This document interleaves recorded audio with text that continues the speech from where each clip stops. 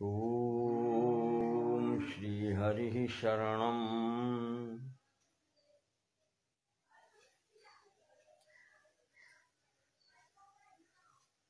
गौरी घश्रेश हेरम्बो हरिशंकर संज्ञकान् पंचदेवानहं वन्दे चित्तैकाग्र्योपकारकान्। वेदान्तार्थप्रकाशेन जगदान्ध्यनिवारकान् सर्वाचार्याग्रगण्यास्तान् वन्दे शङ्करदेशिकान्।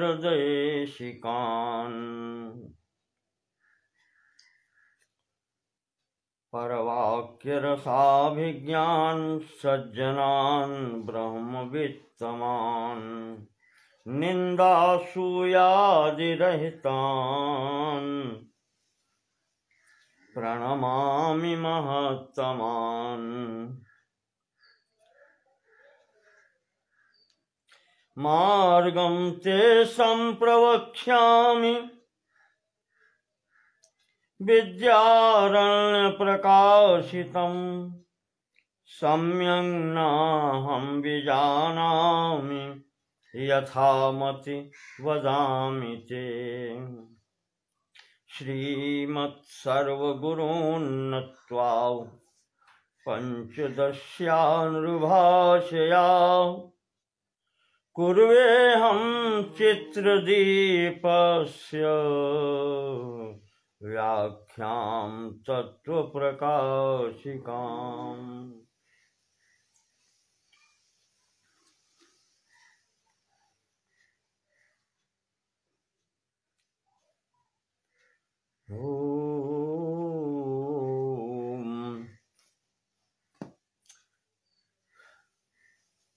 गत दिनों की भांति आज भी हम श्रीमद् विद्यारण्य स्वामी जी के द्वारा रचित अद्वैत सिद्धांत परक ग्रंथ पंचदशी का अवलोकन कर रहे हैं। आज इसका दूसरा विभाग प्रारंभ करते हैं।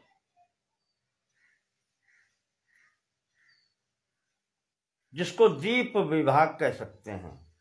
इसके अंतर्गत जो 5 प्रकरण हैं उनमें इस दीप शब्द का प्रयोग हुआ है।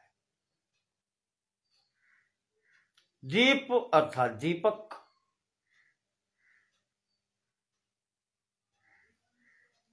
अंधकार में खोजने के लिए प्रयोग होता है।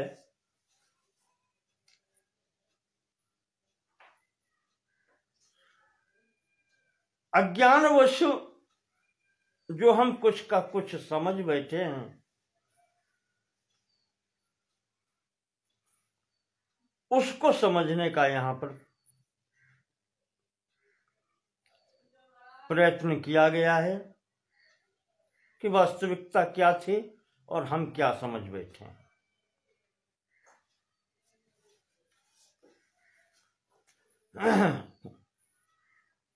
इसके अंतर्गत आज पहला प्रकरण है चित्रदीप प्रकरण।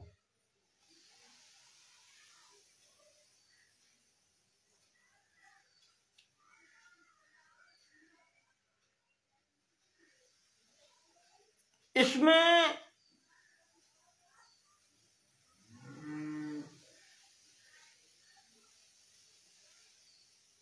जैसे किसी पटल पर चित्र बनाया जाता है,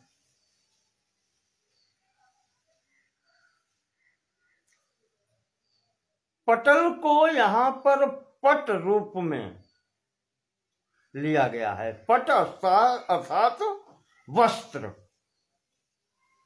पर्दा, पर्दे पर जैसे चित्र बनता है तो पर्दा वह पट रूप में है, वस्त्र रूप में है। तो समझने की बात यहां पर यह है कि जैसे उस वस्त्र पटल पर चित्र बनता है विभिन्न रंगों का प्रयोग करके,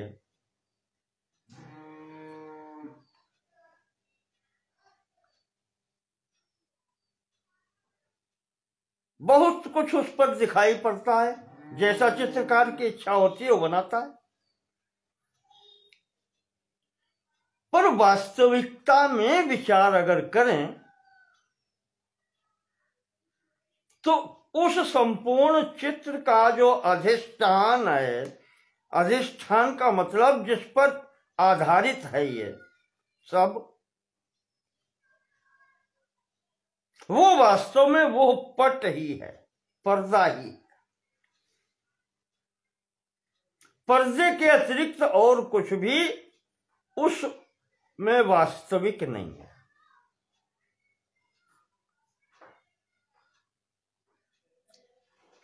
ऐसे ही परमात्मा में जो ये परमात्मा रूपी वस्त्र या पर्दे पर जो ये समस्त प्रपंच रूपी जगत रूपी चित्र हम देख रहे हैं या दृष्टिगोचर हो रहा है, इसका वास्तविक अधिष्ठान जो है, आधार जो है, वह सच्चिदानंद परब्रह्म परमात्मा है।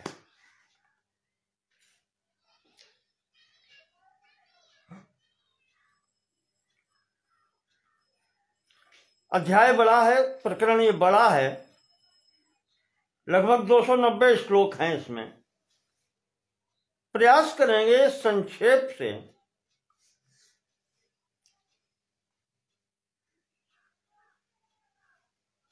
इसको समझने की।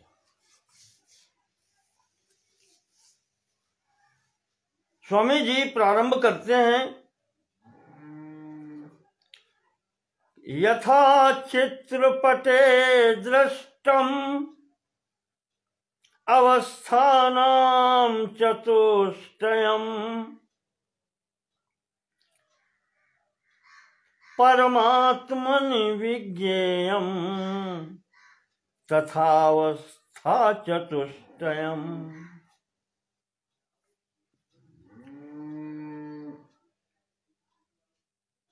जिस वस्त्र पर चित्र बना है उस वस्त्र की 4 अवस्थाएं हैं। उसी प्रकार से ये संपूर्ण जगत जिस परमात्मा परात्मन परब्रह्म रूपी पर्दे पर बना है उसकी भी 4 अवस्थाएं हैं।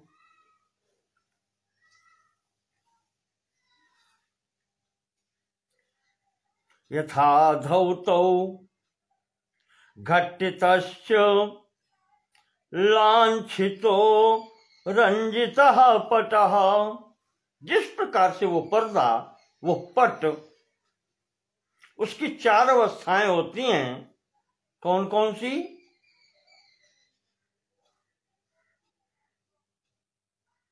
धौतो धुला हुआ, स्वच्छ,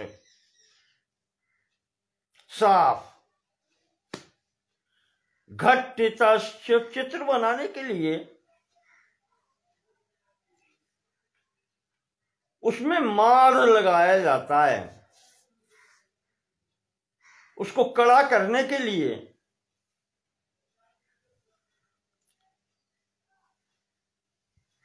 हमारे यहाँ जो वस्त्र बनाने वाले हैं वो क्या करते हैं, उसको कड़ापन उसमें लाने के लिए, वैसे वस्त्र मुलायम जैसा होता है और उसमें कड़ाई लाने के लिए वो चावल का मांड या अन्य इसी प्रकार से अन्न का वो मांड लगाते हैं, जिसके बाद में वो फिर जब सूख जाता है तो वो बिल्कुल कड़ा हो जाता है, सीधा एकदम।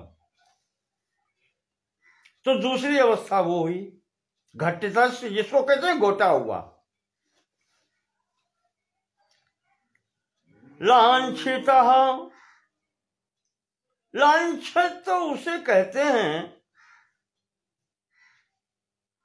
जिसे कोई अवांछित दाग या धब्बा पड़ जाए।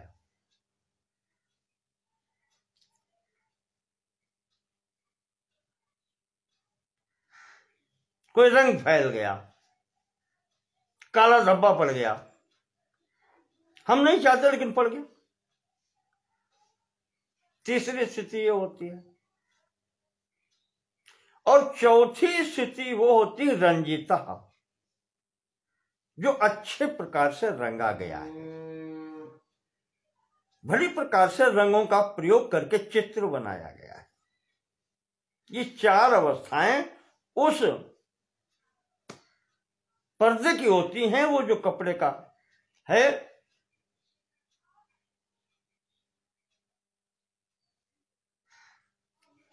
इसी प्रकार से परमात्मा की भी चार अवस्थाएं हैं। एक तो है शुद्ध, धो तो जैसे कपड़े में है वैसे ही अंतर्यामी। अंतर्यामी का रूप जब लेता है तो उसमें वो प्रकृति की स्वीकृति देने के पश्चात उसके जो कुछ भाग में प्रकृति स्वाम अधिष्ठाय, ये स्थिति बनती है।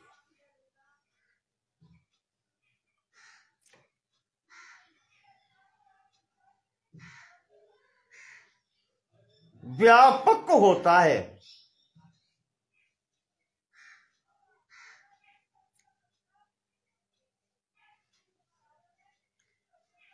व्याप्य में व्यापक होता है।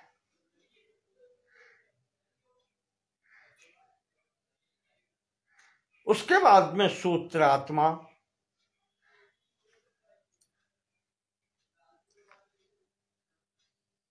सूत्रात्मा आप उसको कह सकते हैं, आगे बढ़ के जब इसमें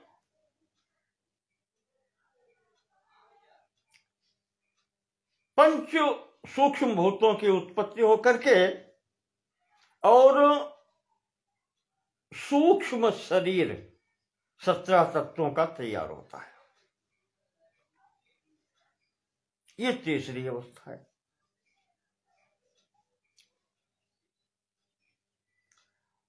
और अंतिम अवस्था इसकी है विराट। ये जो आप जगत प्रपंच देख रहे हैं, स्थूल भोग और भोगायतन युक्त स्थूल शरीर और ये सृष्टि जो दृष्टिगोचर हो रही है, संपूर्ण मिलाकर के इसको कहते हैं विराट। कहा उस पर ब्रह्म परात्मा के भी ये चार स्वरूप होते हैं।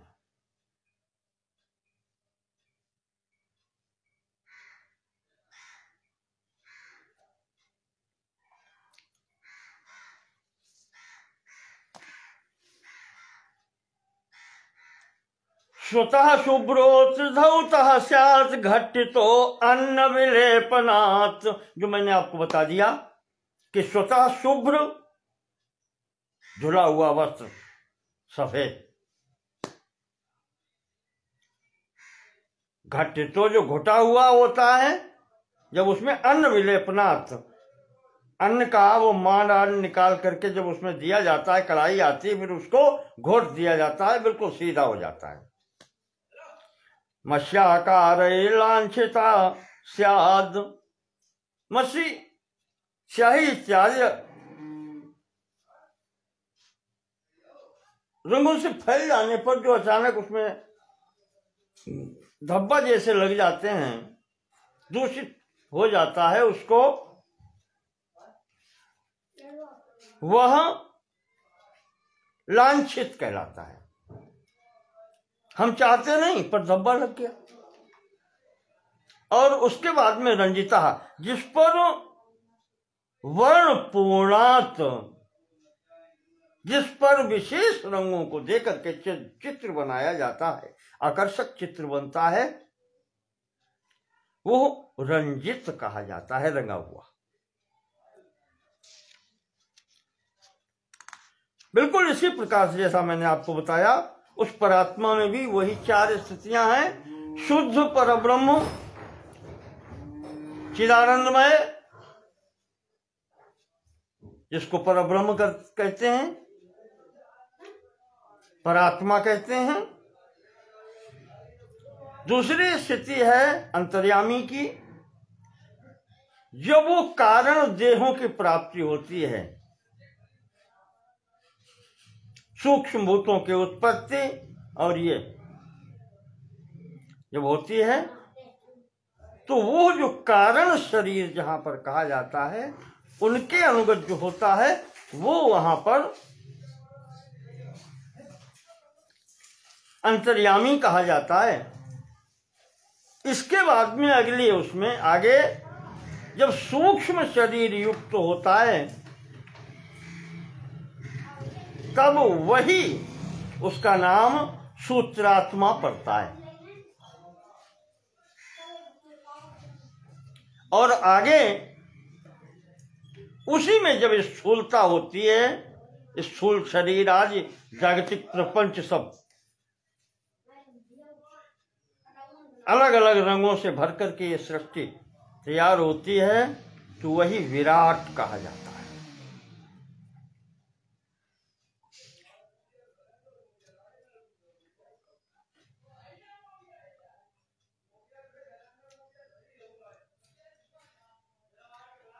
तो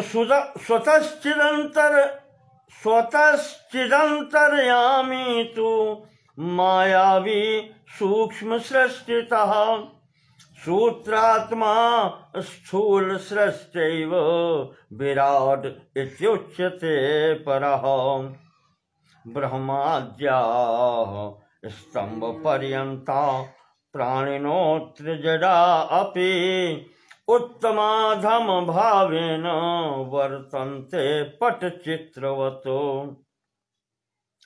तो अब जब उसमें चित्रपट में वो चित्र बनाए जाते हैं,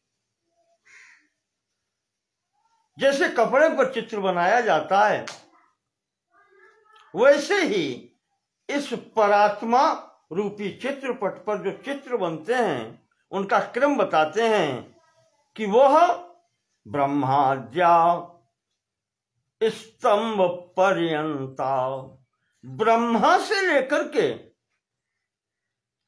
और स्तंभ पर्यंता, तिनके तक,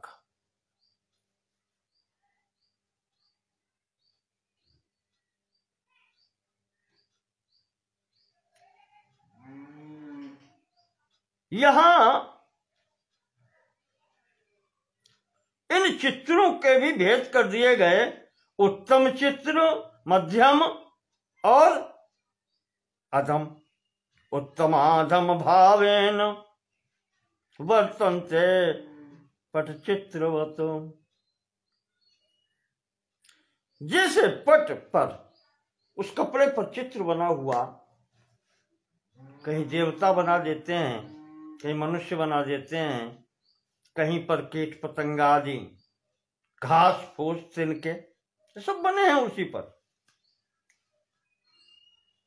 उसी प्रकार से ये चित्रार्पित मनुष्याणाम वस्त्राभासः पृथक पृथक।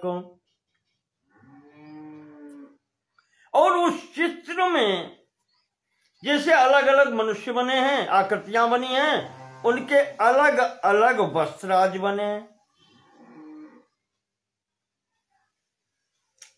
चित्राधारेण वस्त्रेण सदृशा इव कल्पिता। और चित्र में वो जो रंग भरे गए हैं, वो इस प्रकार से भरे गए हैं कि वो वस्त्र वास्तविक जैसे दिखाई पड़ते हैं। वास्तविक है नहीं, सदृशा इव कल्पिता, वस्त्र जैसे कल्पित हैं, बनाए गए हैं। क्यों? हाँ, और रह जाता है कि पृथक पृथक चिदाभासा चैतन्याध्यस्त देहिनाम कल्प्यन्ते जीवमाना जीवनामानो बहुधा संसरत्यमी। जैसे आपको बताया कि चित्र पर ये सब बने होते हैं, उस पर्दे पर, पट पर, उसी प्रकार से इस परमात्मा रूपी पट पर जीवों की स्थिति है। ब्रह्माद्या स्तंभ पर्यंता, ये सब बने हुए हैं, ब्रह्मा से लेकर के और तिनका मात्र तक।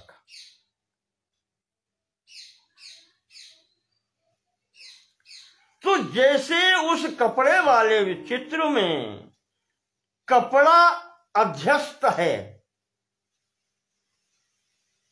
कपड़े पर चित्र हैं, हर चित्र में कपड़ा है, पट है, उसी प्रकार से यहां जो परमात्मा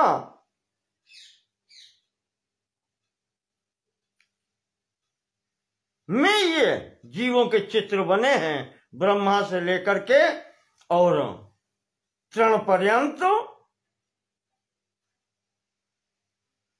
उनमें भी सब में वो परात्मा, वो चैतन्य स्वरूप, या चैतन्य जिसको चिदाभास भी कह देते हैं, वह सब में अध्यस्त है, उस सब में उपस्थित है। चैतन्य स्वरूपता उस सब में उपस्थित है। कल्प्यन्ते जीवनामानो, ये जो चित्र यहां बने हैं, इनको चित्र न कह करके इनको जीव कहते हैं। जीव नाम से जो कहे गए हैं, बहुधा संसरत्यमी, वही इस संसार में चलते फिरते दिखाई पड़ते हैं। संसरति, चलने फिरने वाले।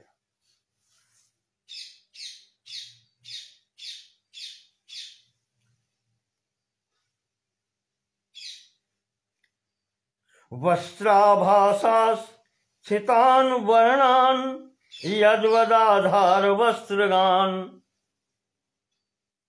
जैसे उस वस्त्र पर बने हुए चित्र में समस्त रंगों का आधार है जो वो वस्त्र ही है।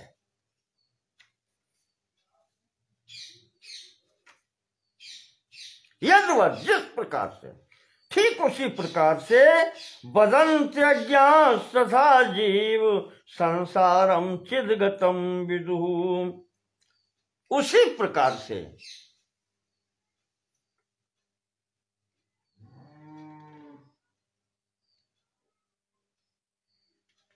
ये समस्त जीव संसार जो है, ब्रह्मा से लेकर के तृण पर्यंत, ये उस परात्मा रूपी वस्त्र में भास रहा है।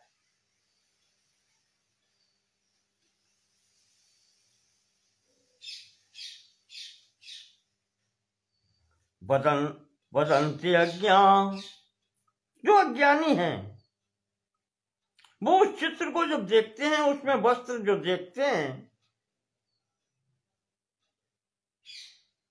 तो उन्हें बिल्कुल सत्य जैसा लगता है।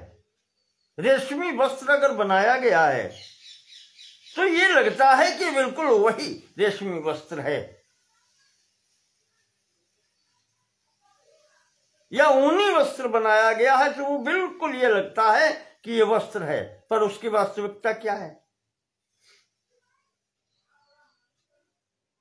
तो अज्ञानी उसे वास्तविकता समझ लेता है। उसी प्रकार से यहां परमात्मा में भी जो ये जीव सृष्टि है, जो जीव चित्र बने हुए हैं ब्रह्मा से लेकर के तृण पर्यंत, इनको भी वो सत्य समझ लेता है। उसी प्रकार से चित्र पर्वतादीनाम, जिस प्रकार चित्र में चित्रकार पर्वत आदि बनाता है, वस्त्राभासो न लिख्यते, उसमें तो वस्त्र नहीं बनाता। पर्वतों के चित्र में पर्वत को क्या वस्त्र पहनाएगा, उसमें तो वस्त्र नहीं बनाता।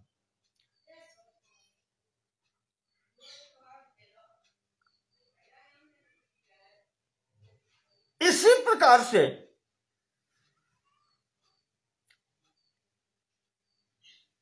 इस परमात्मा रूपी पर्दे पर जो ये जीव ऊपर चित्र में वस्त्रता नहीं मालूम पड़ती कि ये वास्तव में वस्त्र ही है जिस पर ये चित्र बना है। वस्त्राभासो न लिख्यते या न विद्यते, अभिज्ञते, नहीं मालूम पड़ता कि वस्त्र ही है। उसी प्रकार से परमात्मा में तृणादि वृक्ष आदि ये जो चित्र बने हैं जगत प्रपंच रूपी,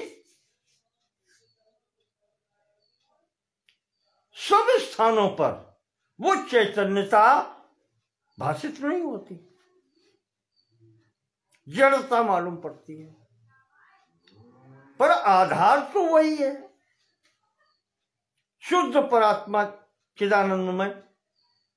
उसमें चैतन्यता भी है, आनंदमयता भी है और सत्ता भी है।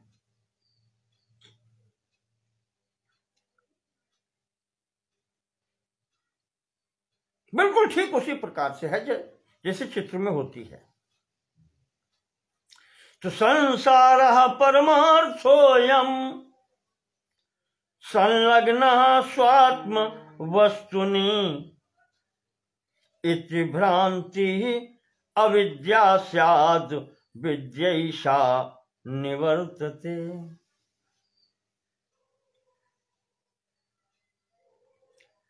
अब उसी चित्र में मैं भी हूं, साधक भी है, जिज्ञासु जिसे कहें वो भी है।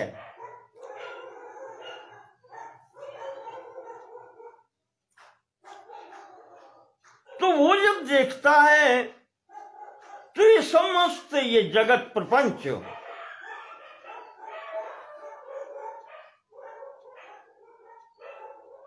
जिसके अंतर्गत ये हमारा शरीर भी आता है, इसको ही यह परमार्थ मान लेता है। परमार्थ मानने का मतलब वास्तविक सत्य मान लेता है, जो कि संलग्नः स्वात्म वस्तुनि, और वो जो वास्तविक सत्ता है उसके साथ में ही तो ये संलग्न है सब।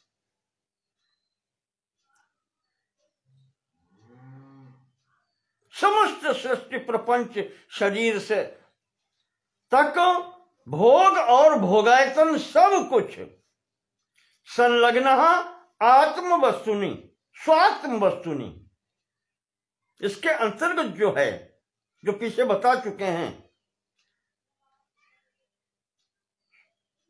अपना आत्मस्वरूप इसके साथ में ही सब संलग्न है।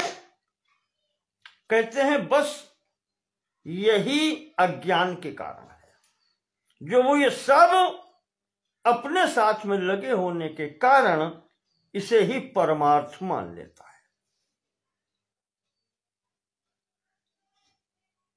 जो कुछ है ये सब इतना ही है और इसमें ही आनंद खोजता है। परमार्थ मानता है तभी तो खोजता है इसमें सुख और आनंद।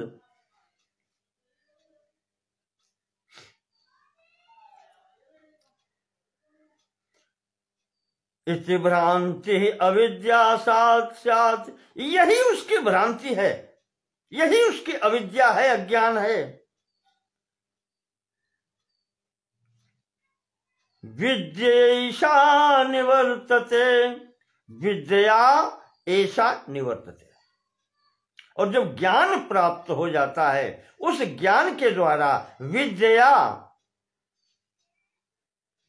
तब ऐसा निवर्तते, इससे निवृत्ति हो जाती है।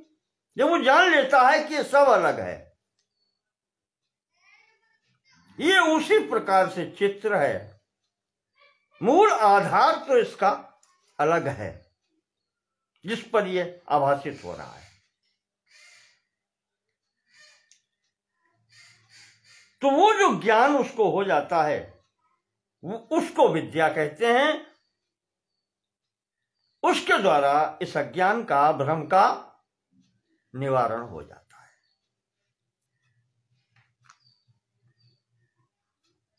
आत्मा भासस्य जीवस्य संसारो नात्म वस्तुनः,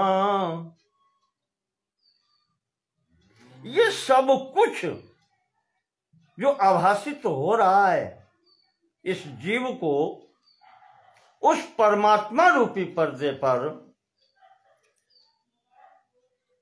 कहते हैं न आत्म वस्तुनः, ये वो आत्म वस्तु नहीं है।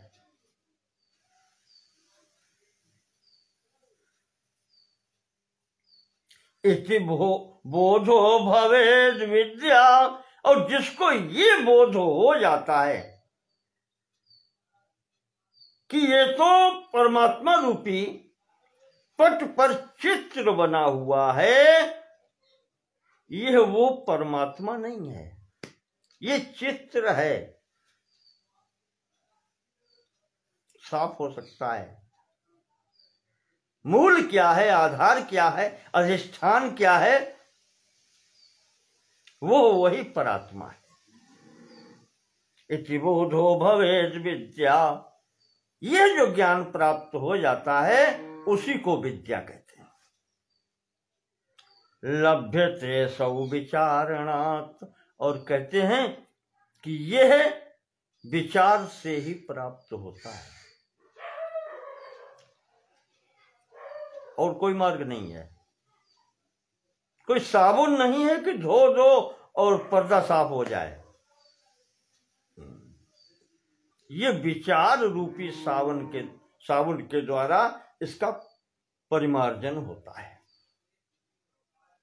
लभ्यते असौ विचारणात्, इसकी प्राप्ति विचार से होती है, विचार करने से। तो स्वामी जी कहते हैं सदा विचारे तस्मात् जगज्जीव परात्मनः, जीव भाव जगद भाव बाधे स्वात्मैव शिष्यते।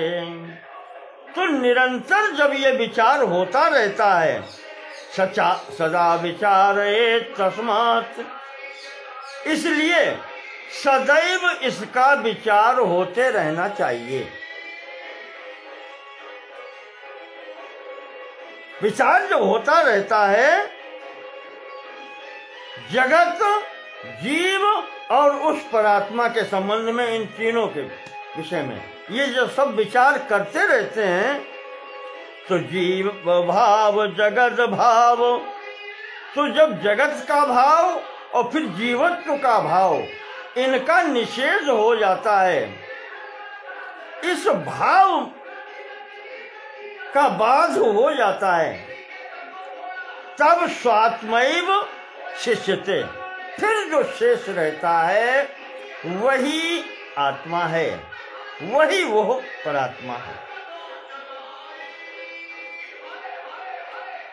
तो अब यहां पर जो बाध शब्द प्रयोग करते हैं कि कहते हैं इसका बाध हो जाता है, तो बाध शब्द का विषय में बता रहे हैं बाध शब्द का अर्थ ना प्रतीतिस्तयोर बाधा,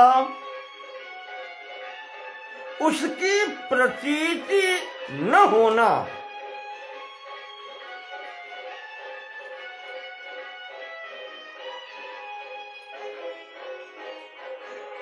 या ये कह लें न अप्रतीति तयोर बाधा, जीव की और जगत की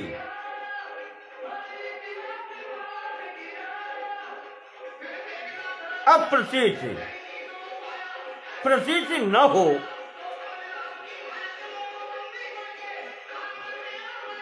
उसको बाध नहीं कहते।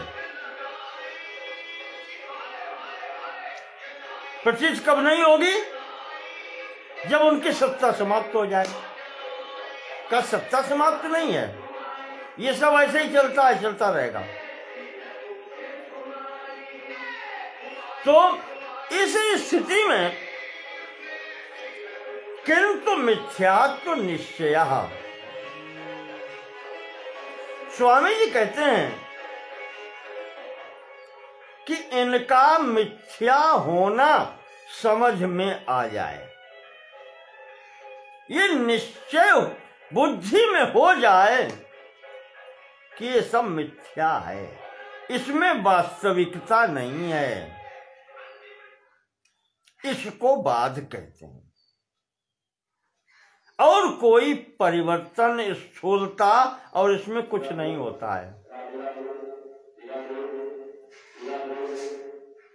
नो चेत सुसुप्ति, नो चेत सुसुप्ति मूर्छादौ मुच्चेतायतन तो जनाम।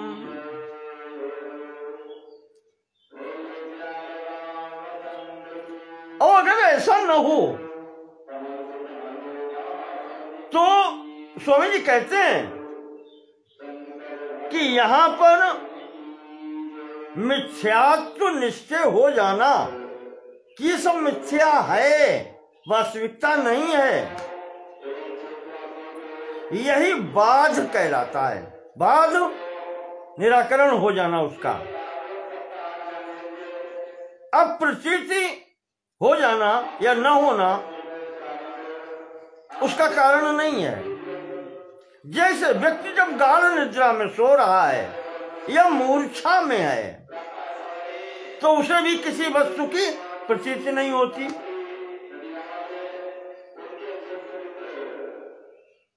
अप्रतीति नहीं होती तो उसके बाद में फिर उसको मुक्त हो जाना चाहिए, पर ऐसा नहीं होता। मूर्छा हट जाती है, गाढ़ निद्रा से जग जाता है और फिर वही स्थिति हो जाती है जो पूर्ववत थी। तो स्वामी जी कहते हैं कि अगर ऐसा होता अप्रतीति के कारण तो बिना प्रयत्न के ही उस गाढ़ निद्रा की भांति या मूर्छा की भांति ये बिना प्रयत्न के मुक्त हो जाता, पर ऐसा नहीं होता है।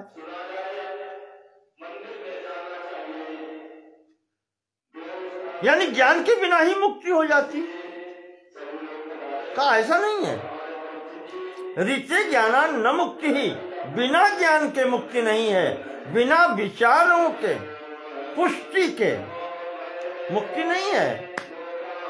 और वो तभी होती है जब मिथ्यात्व निश्चय, जब इसके निस्सारता का, मिथ्यात्व का निश्चय हो जाता है।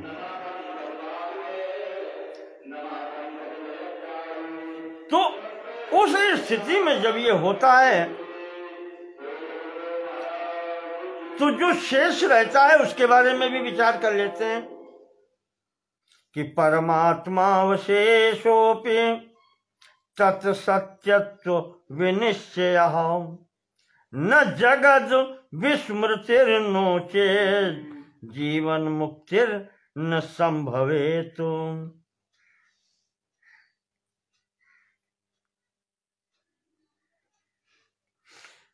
और जैसा पीछे कह दिया कि स्वात्मैव शिष्यते, वो परात्मा कह लें, वो अपनी आत्मा जो शेष रह जाती है,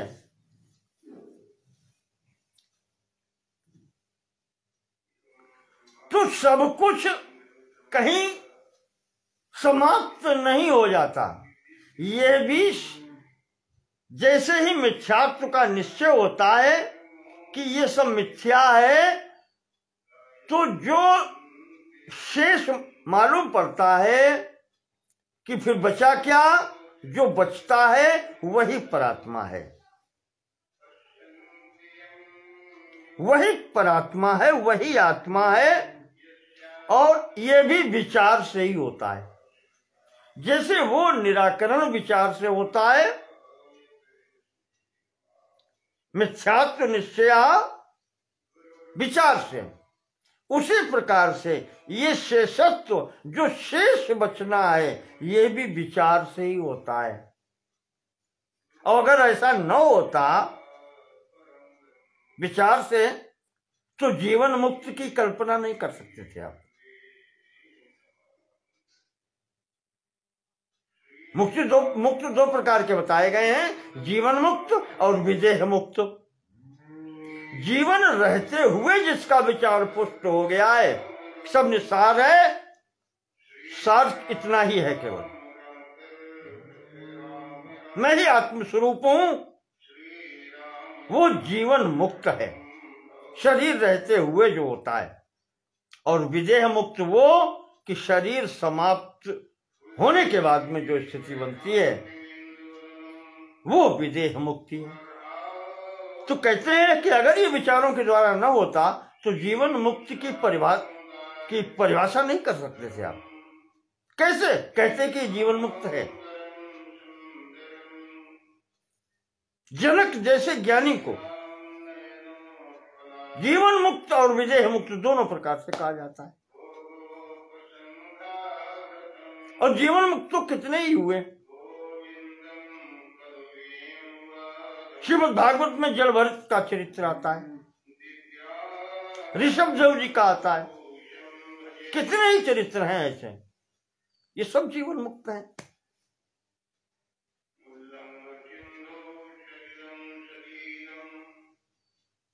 हमारे यहां जितने भी ऋषि मनीषी कहें उसको, ऋषिया मंत्र दृष्टा रहा, जो ऋषि मंत्रों के दृष्टा हैं, वो सब जीवन मुक्त की श्रेणी में आते हैं।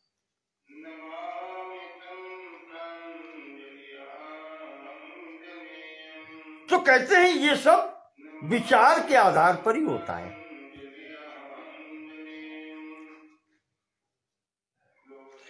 अब ये विचार, जो विचार हैं, उन पर भी विचार करते हैं कि परोक्षा चा परोक्षे तु, हम चिंतन जो करते हैं, विचार जो करते हैं,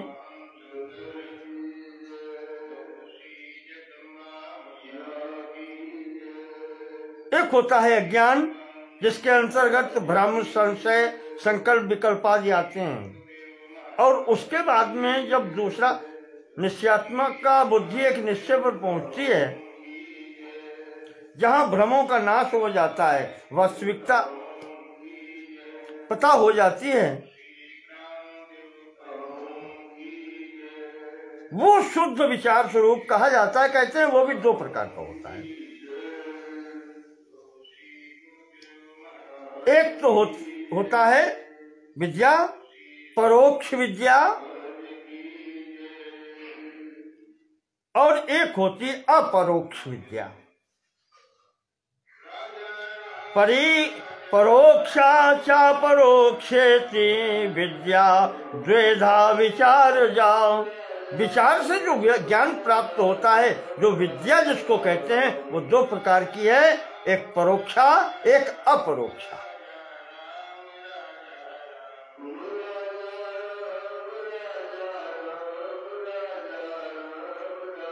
तत्रा परोक्ष विद्याप्तौ, उसमें जो दो प्रकार की विद्याएं हैं, उसमें जो अपरोक्षा विद्या है, अपरोक्ष को विचार करने की जो ज्ञान है वो ही वास्तव में उस चिंतन की, उस विचार की पराकाष्ठा है और वही प्राप्त करने की वस्तु है। तत्र अपरोक्ष विद्याप्तौ विद्या प्राप्त करना ही, वो अपरोक्ष ज्ञान प्राप्त करना ही विचारः अयम समाप्यते, इस विचार की पराकाष्ठा है।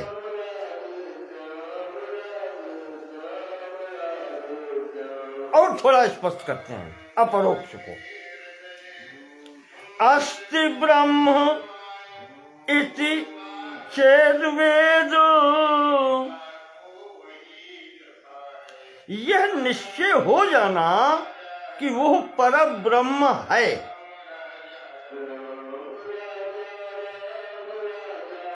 यह परोक्ष ज्ञान कहलाता है।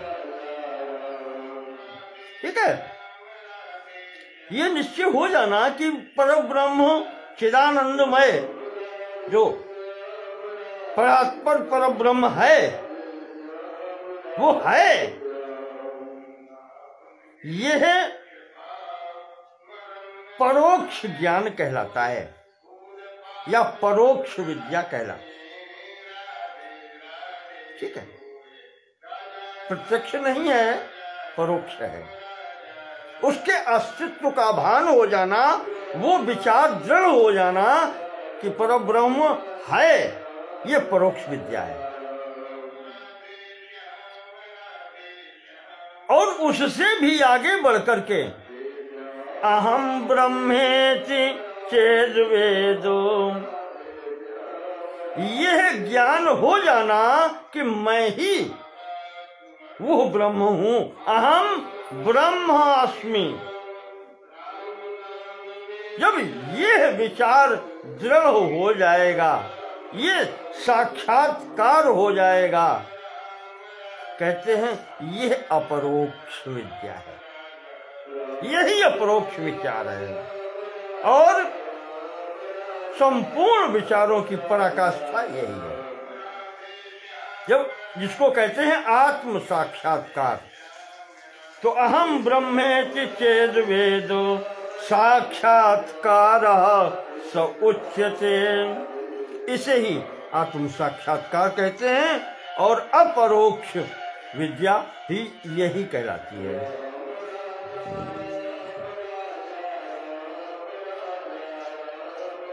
तत्साक्षात्कार सिद्ध्यर्थम आत्म तत्वम विविच्यते, इसी साक्षात्कार की सिद्धि के लिए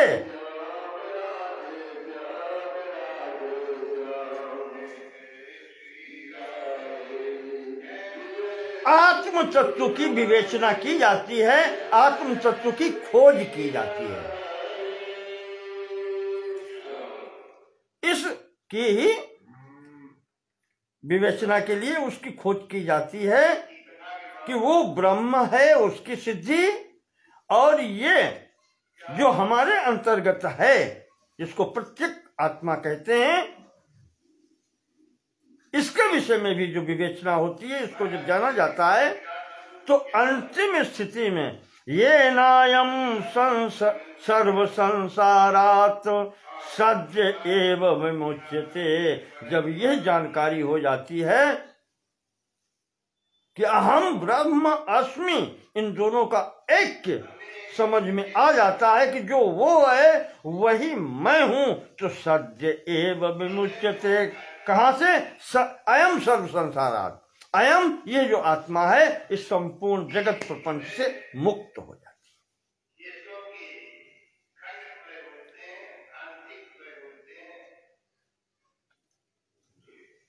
फिर कहते हैं आगे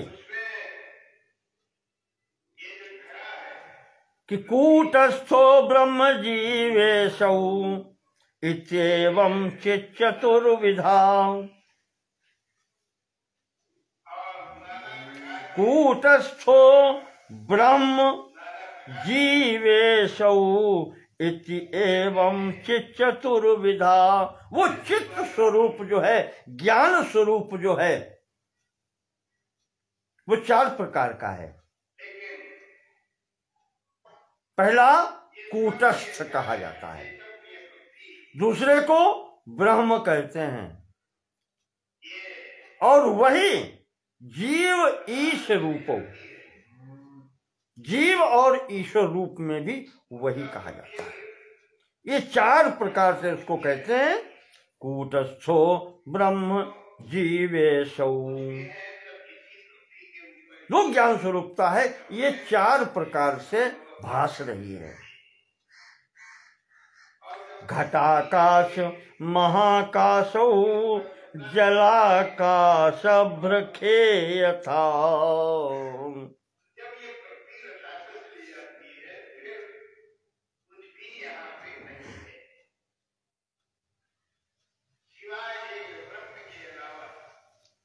जैसे आकाश एक, और उसी को घटाकाश भी कहते हैं, उसी को महाकाश भी कहते हैं, और उसी को जलाकाश भी कहते हैं, और उसी को अभ्र यानी बादल कहते हैं, मेघ। ये आकाश के 4 नाम इस प्रकार से होते हैं। मूलतः वो आकाश है।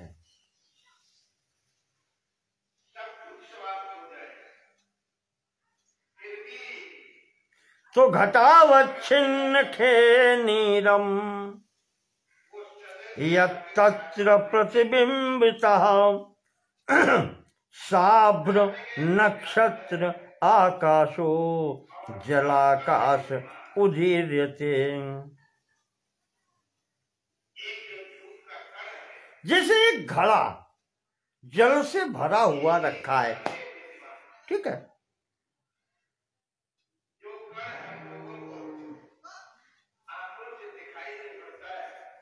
तो जो आकाश है वो सर्वत्र है, बाहर भी है अंदर भी है, सर्वत्र है। तो घट के अंदर जो है वो घटाकाश कहा जाएगा।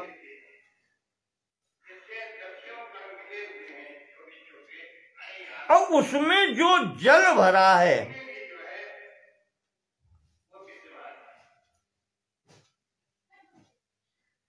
और उसके अंतर्गत जो प्रतिबिंब दिखाई पड़ता है नक्षत्र सहित आकाश का, ये जलाकाश कहलाता है। इसको जलाकाश कहते हैं, जल में आकाश।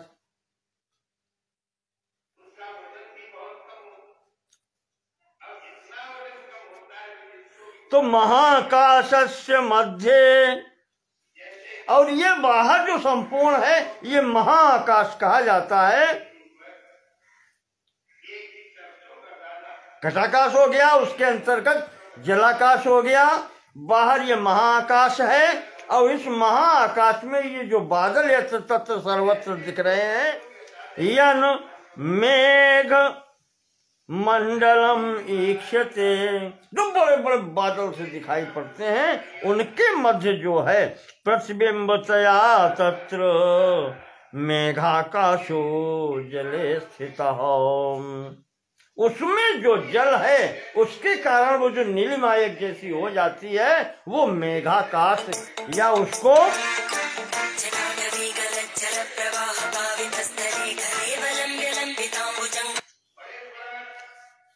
वो मेघाकाश कहलाता है। तो 4 प्रकार का ये भी हो गया। वास्तविकता क्या है? वो संपूर्ण मिलाकर के आकाश एक।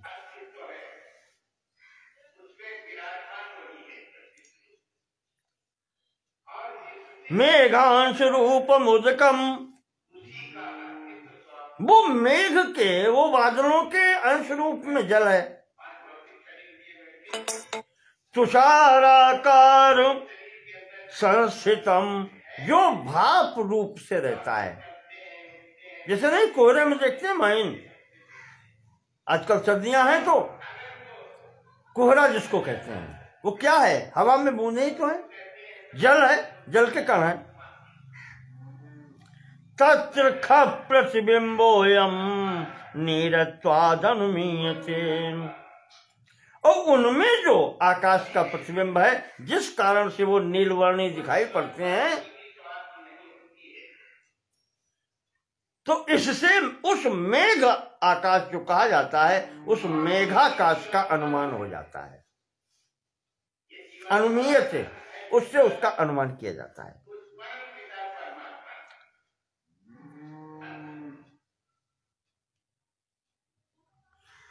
इसी प्रकार से ये सब महाकाश में स्थित है।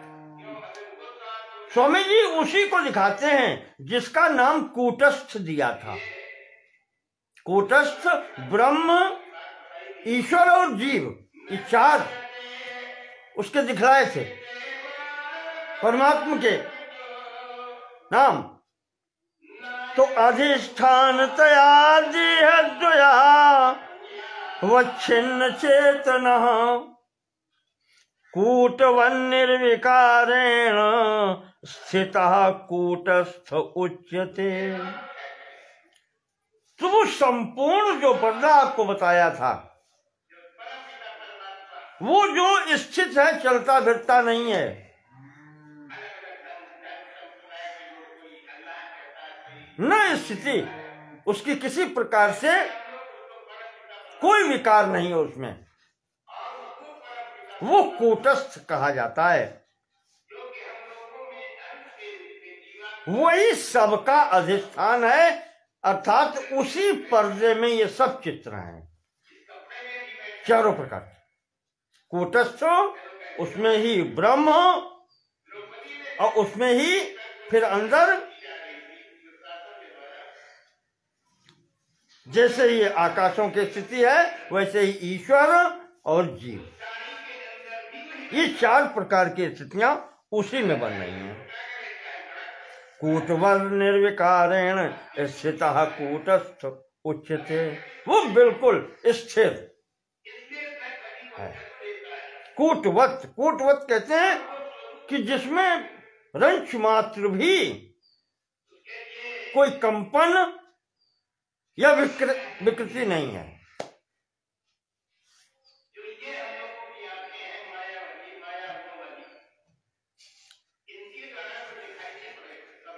जो दृष्टा, मूल दृष्टा, जिसने ये सोचा था,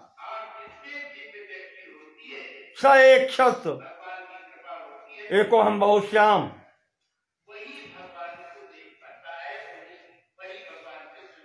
वो है कूटस्थ। कूटस्थे कल्पिता बुद्धि तत्र चित्र प्रतिबिंबितः।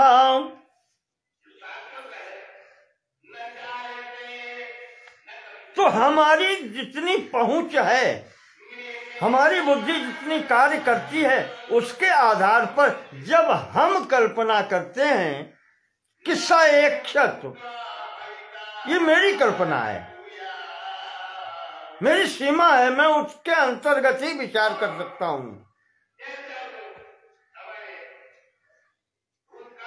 सोचने की भी, आपको बतलाने की भी, वो हर मनुष्य की सीमा है, एक निश्चित, उससे आगे वो नहीं जा सकता। तो भाषा का प्रयोग वो उसके अंतर्गत ही करता है। तो जब वो कहता है कि स एक क्षत उसने विचार किया, तो सीधा उसका कहने का तात्पर्य होता है कि उसमें बुद्धि है। पर ऐसा नहीं है, बता चुके हैं पहले, वो शुद्ध ज्ञान स्वरूप ही है। वो और उसका ज्ञान अलग नहीं है। सच्चिद आनंदमय कहा जाता है। मय शब्द जो है प्रदर्शित करता है जैसे सोने से बना हुआ आभूषण, ये स्वर्णमय है, उस आभूषण में सोने के अतिरिक्त और कुछ है ही नहीं। आभूषण उसका विकार है, उसको एक आकृति दे दी गई है, अन्यथा वो शुद्ध स्वर्ण है, स्वर्ण के सिवाय और कुछ है नहीं। वैसे ही जो शुद्ध विचार स्वरूप है उसमें विचार के अतिरिक्त और कुछ नहीं है, वही विचार शक्ति है। और हम कहते हैं उसने सोचा, यानी वो अलग है, सोचने वाला उसकी बुद्धि अलग है, पर ये हमारी सोचने की सीमा है, ये उसकी नहीं है। कूटस्थे कल्पिता बुद्धि तत्र चित्त प्रतिबिंबता, तो उस ज्ञान स्वरूप में ये हमारी सोच है जो हम एक कल्पित बुद्धि कल्पित कर लेते हैं। महाकाश के अंतर्गत ये घटाकाश की स्थिति है। और प्राणानाम धारणा जीवा संसारेण संयुज्यते, तो वो उधर से, और चित्त प्रतिबिंबता, जो चित्त की जो उसको विचार रूप चैतन्य तत्व का जो प्रतिबिंब बनता है माया में, जिसको कारण शरीर कहते हैं, वहां से ही ईश्वर और जीव दो प्रकार के विभाग हो जाते हैं। प्राणानाम धारणा जीवा,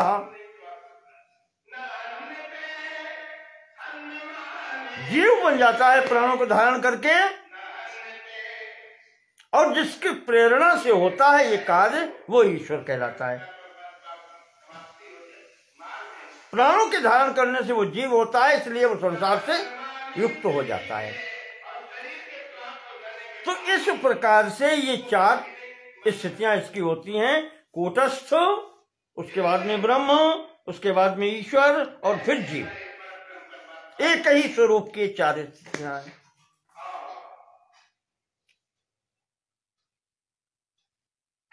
अब स्वामी जी कहते हैं कि जल व्योमना घटाकाशो यथा सर्वस्थिरोहिता।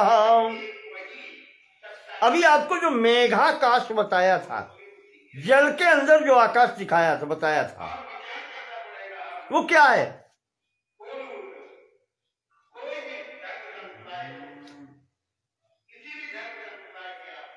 घटा आकाश, घट के अंतर्गत जो आकाश बताया था, यथा सर्वस्थिरोहिता।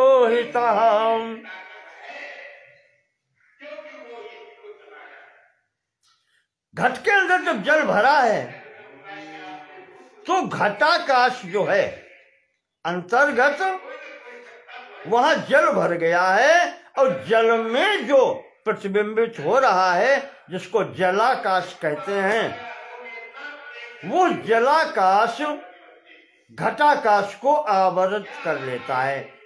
घटाकाश न रह करके उसके अंतर्गत वो जलाकाश ही दिखाई पड़ता है। जल में जो प्रतिबिंब पड़ रहा है वो दिखाई पड़ता है। तथा जीवेन कूटस्था, इसी प्रकार से यह जीव जो है वो कूटस्थ में दिखलाई पड़ता है। और क्लियर करें इसको, कूटस्थ में या महाकाश में वो एक घट प्रकृति रूपी, उसकी शक्ति रूपी बना है।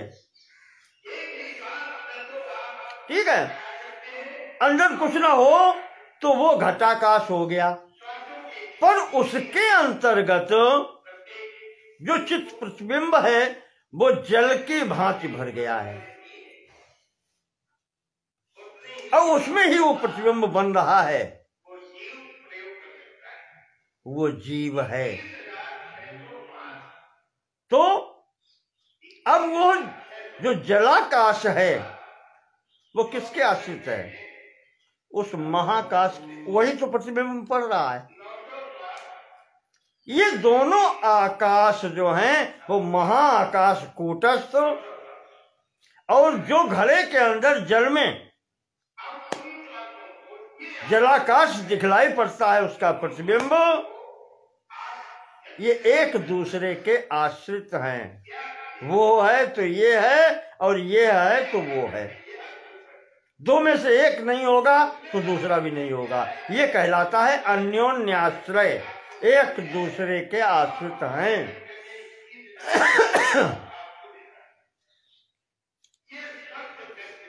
तो जीव और कूटस्थ की स्थिति, ये दोनों एक दूसरे के आश्रित हैं।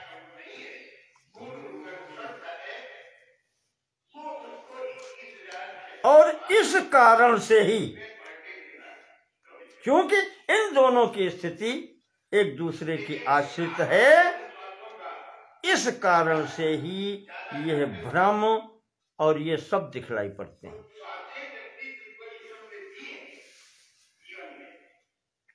क्योंकि वो दोनों एक साथ ही भाषित हो रहे हैं। जब दोनों एक साथ भाषित हो रहे हैं, एक दूसरे पर आश्रित हैं, इसी कारण से वो दो लग रहे हैं। यही भ्रम है।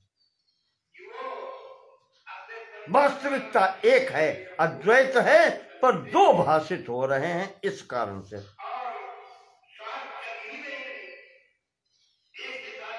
इसी कारण से भ्रम उत्पन्न होते हैं। ये जो कुछ भी आसपास में है, ये सब अलग दिखलाई पड़ता है। यही परमार्थ दिखलाई पड़ता है। यही अज्ञान हो जाता है कि जो व्यक्ति सोचता है कि ये सब सच है, ये सब वास्तविकता है, बस यहीं पर ये अज्ञान के कारण ये भ्रम संशय की उत्पत्ति हो जाती है।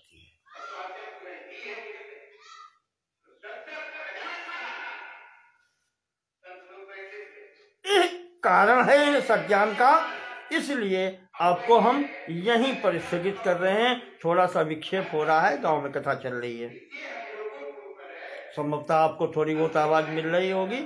हम प्रयास करते हैं कि न हो, पर अब वो बंद तो नहीं हो सकता और नहीं होना भी नहीं चाहिए, ईश्वर का कार्य है।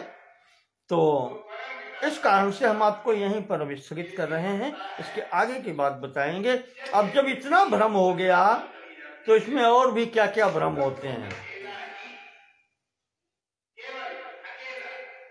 जो अध्यास कहे जाते हैं, या जिसको स्वामी शंकराचार्य जी ने, और आपको उनको वेदांत सार में भी बताया था, स्वामी सदानंद योगेंद्र जी ने, अन्य सभी लोगों ने जो गुरु का कार्य बताया है, अध्यारोपापवादाभ्याम, शिष्य को जो उपदेश दिया जाता है वो इसी अध्यास का, कि अध्यास क्या है, कैसे हुआ और इसका निवारण कैसे हो। अध्यारोप और फिर उसका अपवाद करके तब ज्ञान पुष्ट होता है, वो मार्ग बताया जाता है। उसको फिर आगे प्रारंभ करेंगे। आज के खंड में बस इतना ही। नमो नमः, धन्यवाद।